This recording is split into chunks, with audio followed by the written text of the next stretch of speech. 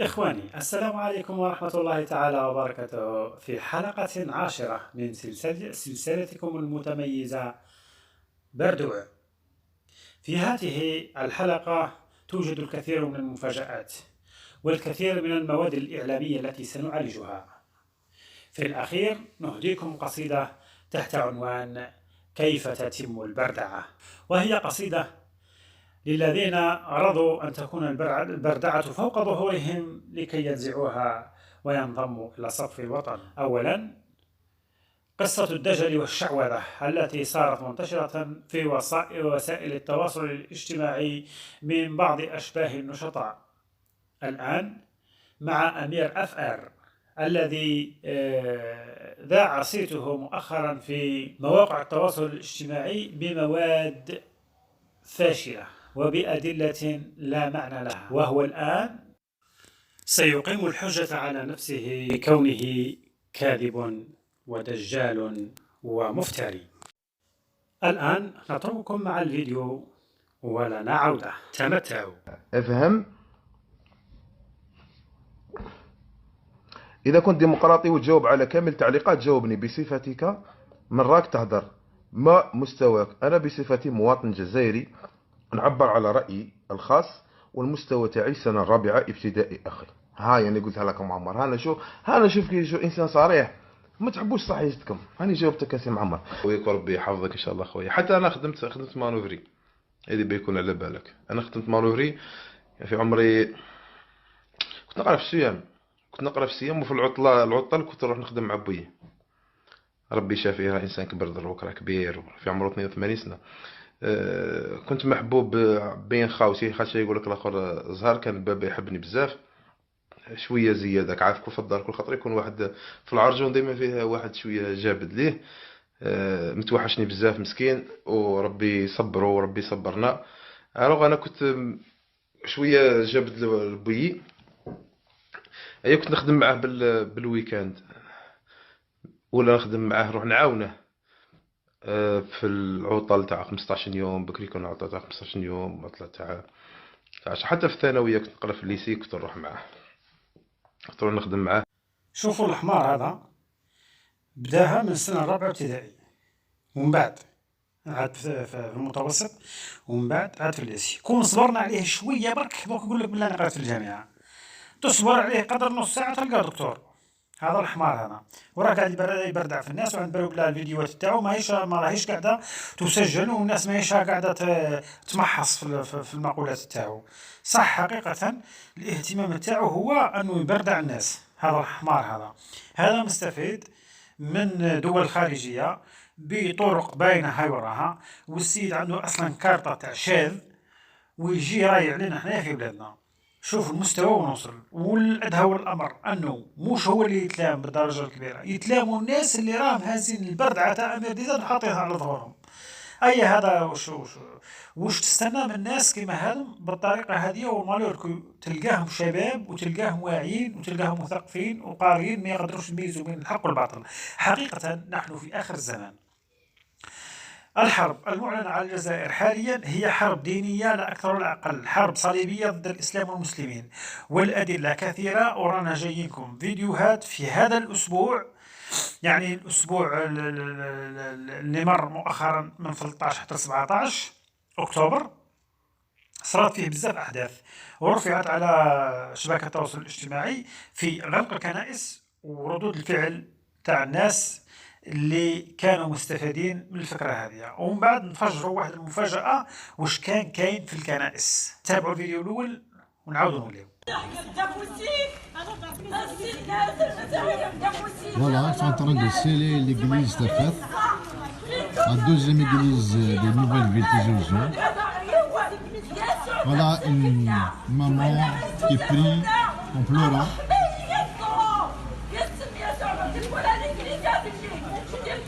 Voilà.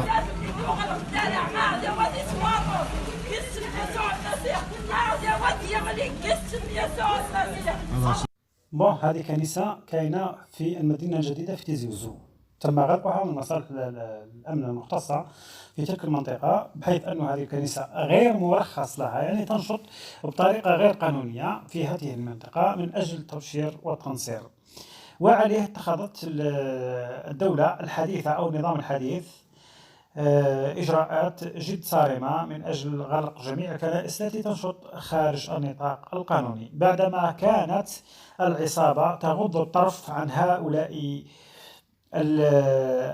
هؤلاء المسيحيين وهذه الكنائس لأجل تطبيق أجندة معينة. شفنا هذه المرأة وهي تشكو إلى يسوع المسيح من أجل أن ينتقم من الشرطة. ده بعدك إلا كان يسوع المسيح هذا انتقم لك من الشرطة راح يتفلي على وجهي أنا. الفيديو الثاني ونعاود نوليو.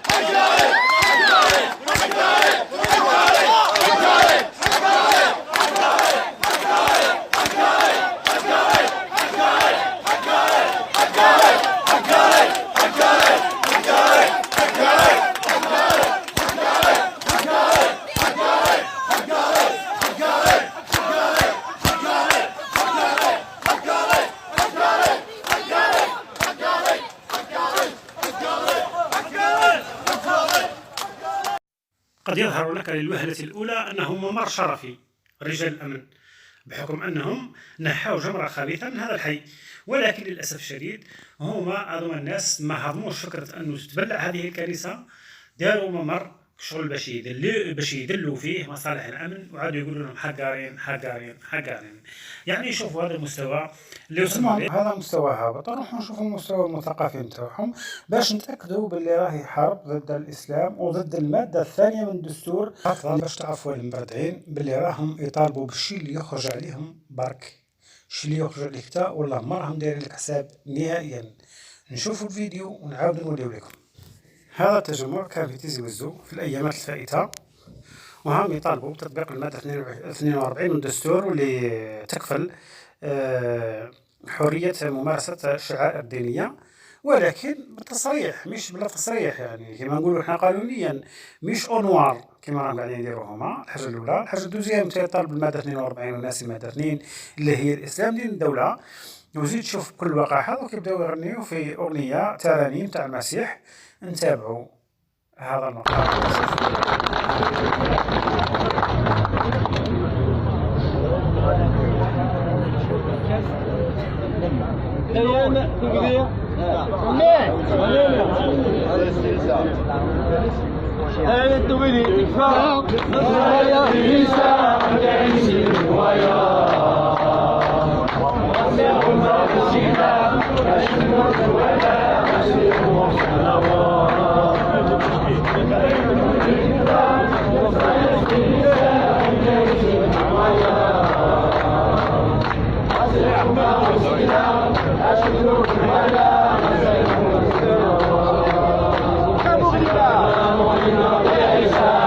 بعد ما شفنا هذه الحرب الشعوة عن الإسلام ويحاولوا يسقطوا المادة 2 من الدستور ويتحجوا بتطبيق المادة 87.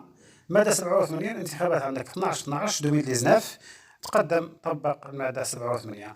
المهم المفاجأة اللي قلنا لكم عليها واللي هي كانت في الكنيسة، راح نشوفوا فيديو درك باللي كان ستوك تاع بنان ويسموه البنان المقدس، يوزعوا فيه على المبردعين اللي ماهوش فايقين اعمارهم. كي قلنا لكم هاي قدامكم الكراطر، كي قلنا لكم باللي المعبد راه قاعد يجهز ويوجد في كل الظروف وكل الامكانيات باش يبردعكم، ما تقولوش لنا. بعد ما شفتوا الوسائل المجهزة لإعلان الحرب على الإسلام والمسلمين، دوك نشوفوا شهادة لفرنسي كان في فرنسا أحضر كيف يبردع اليهود البربر أو القبائل أو الأمازيغ. ليس كلهم فيهم شرفاء، ولكن نحكي على جماعة الانفصاليين الزواف. نتابعوا الفيديو ونشوفوا. هذا ما كانش حتى واحد يقدر يقول لي بلي راه لحاس رونجاس ولا هذا فرنسي ما عنده حتى علاقة بالجزائر. شهادة حق، احنا نوقفوا عند شهادة الحق هذه ونشوفوها ومن بعد نعاودوا نوليو. تابعونا.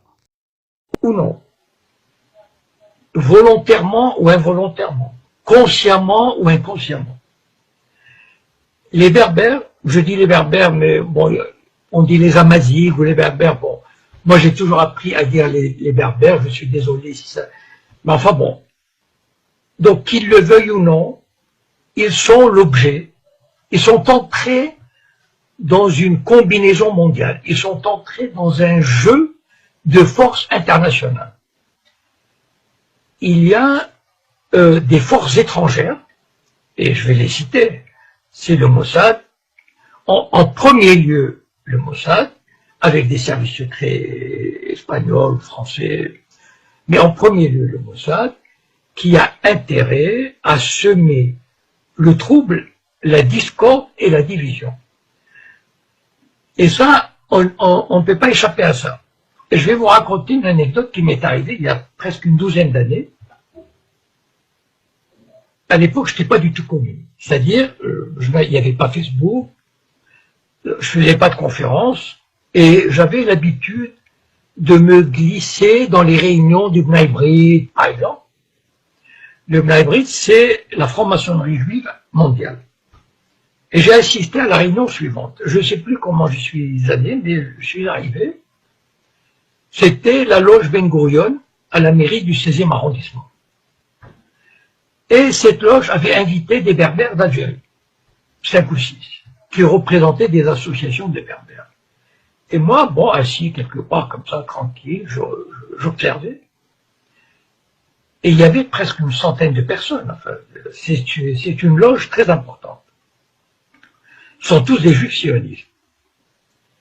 Et là, ils ont commencé à leur dire, oui, c'est bien, vous menez un bon combat pour votre identité culturelle, votre culture. Enfin, ils les caressaient dans le sens du poil. Et petit à petit, ils les ont amenés, et moi j'admirais leur savoir-faire, parce que franchement, au bout d'une heure, ils les ont amenés, ils leur ont fait croire que leur combat identitaire, leur combat culturel, était le même que celui des Juifs qui se battaient et des Israéliens qui se battaient, qui sont battus pour sauvegarder leur identité et qu'ils allaient leur apporter leur aide, etc. Et c'est là, c'est la première fois où j'ai pris conscience que les organisations judéo-sionistes s'intéressaient aux problèmes berbères. Et il est vrai, je voudrais dire ceci, juste ceci, aux Berbères, juste qu'ils prennent conscience, voilà, de ce fait.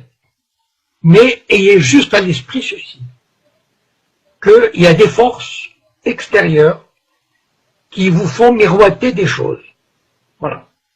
C'est-à-dire, il y a des agents du Mossad qui vont voir des Amazighs, qui vont leur dire, mais vos grands-parents étaient juifs, vous pouvez avoir une bourse pour Israël.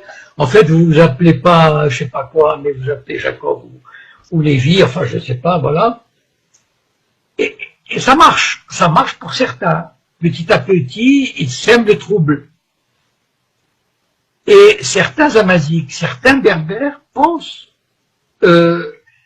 trouver un appui, pensent trouver, comment dire, une voie de sortie d'une exploitation ou d'un colonialisme qui se trouverait à Rabat ou à Alger. Moi, je voudrais juste, comment dire, j'ai pas du tout à vous dire comment il faut faire, de quelle manière il faut se battre, quelles sont les revendications que vous pouvez demander, etc. C'est pas mon rôle. Voilà, mon rôle, c'est, moi qui ai un peu d'expérience, qui ai une petite vision comme ça, de vous éclairer sur les dessous des cartes, voilà, sur les tenants et les aboutissants. Ne vous faites jamais d'illusions sur le Mossad et sur les sionistes. Ils détestent tout le monde.